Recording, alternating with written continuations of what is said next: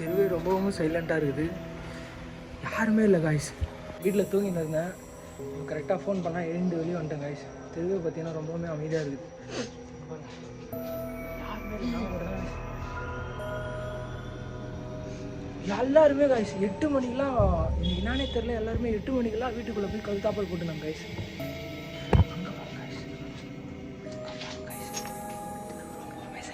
இப்பயே சொல்லிட்டேன்டா, நான் தெருவில் வீடியோ எடுத்துன்னு போகும்போது நீ எஸ் ஆகிட்டேன்னு வச்சியா டென்ஷன் ஆகிடும்.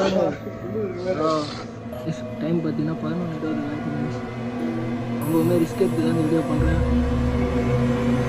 எல்லாருமே ஷேர் பண்ணி வச்சுருங்க, என்னாச்சுனாலும் வீடியோவில் காட்டுறேன் முடிஞ்ச அளவுக்கு.